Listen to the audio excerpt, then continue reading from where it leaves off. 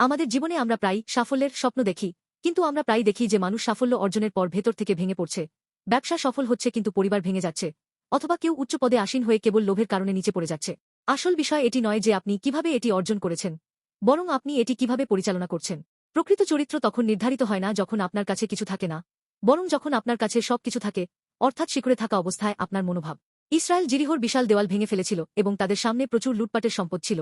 তবুও ঈশ্বর একটি কঠোর আদেশ দিয়েছিলেন, হেরেম। এই শব্দটির অর্থ উৎসর্গীকৃত বস্তু বা ধ্বংস। মূলত এর অর্থ হল ব্যক্তিগত লাভের জন্য কিছু না নিয়ে তা কেবল ঈশ্বরের জন্য আলাদা করে রাখা। সেই মুহূর্তে ইসরায়েলকে দুটি কাজ করতে হয়েছিল: চোখের সামনের ধন সম্পদ ও অলঙ্কার স্পর্শ না করে লোভ বর্জন করা, এবং বিদেশী হওয়া সত্ত্বেও বেশ্যা রাহব ও তার পরিবারকে রক্ষা করার প্রতিশ্রুতি রক্ষা করা। এটি আমাদের কি বলে? জিরিহো জয়ের উদ্দেশ্য কেবল জমি দখল ছিল না, বরং ঈশ্বরের পবিত্রতা প্রদর্শন করা ছিল। জয়ের চেয়েও গুরুত্বপূর্ণ হল আপনি সেই জয়ের মহিমা কাকে দিচ্ছেন। যীশু খ্রিস্ট এই হেরেম চেতনাকে নিখুঁতভাবে ফুটিয়ে তুলেছেন।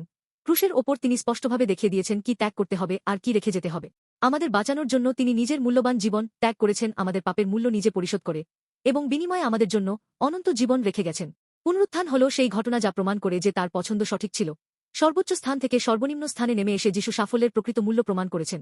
হে প্রিয়জনরা, প্রকৃত বিজয়ী কেবল সেই নয় যে দেওয়াল ভেঙে ফেলে, বরং সেই ভেঙে পড়া দেওয়ালের ওপর দাঁড়িয়ে নিজের ভারসাম্য বজায় রাখে।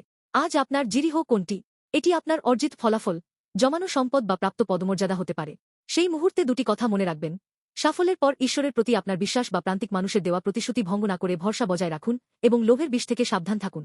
এমনকি যদি এটি আপনার নিজের অর্জন মনে হয়, যখন আপনি এটিকে ঈশ্বরের দান হিসেবে স্বীকার করেন, তখন সেই সাফল্য বিপর্যয় না হয়ে আশীর্বাদ হয়ে ওঠে। আপনার সাফল্যের শেষে নিজের যোগ্যতা প্রমাণ করুন। পৃথিবী আপনার অর্জনকে হাততালি দেয়, কিন্তু ঈশ্বর অর্জনের পর আপনার মনোভাব দেখেন। এই সপ্তাহে আমি আপনাদের আশীর্বাদ করি যেন আপনারা এমন চমৎকার বিজয়ী হয়ে ওঠেন যারা এই পৃথিবীর ভেঙে পড়া মূল্যবোধের মাঝে ঈশ্বরের পবিত্রতা প্রমাণ করেন।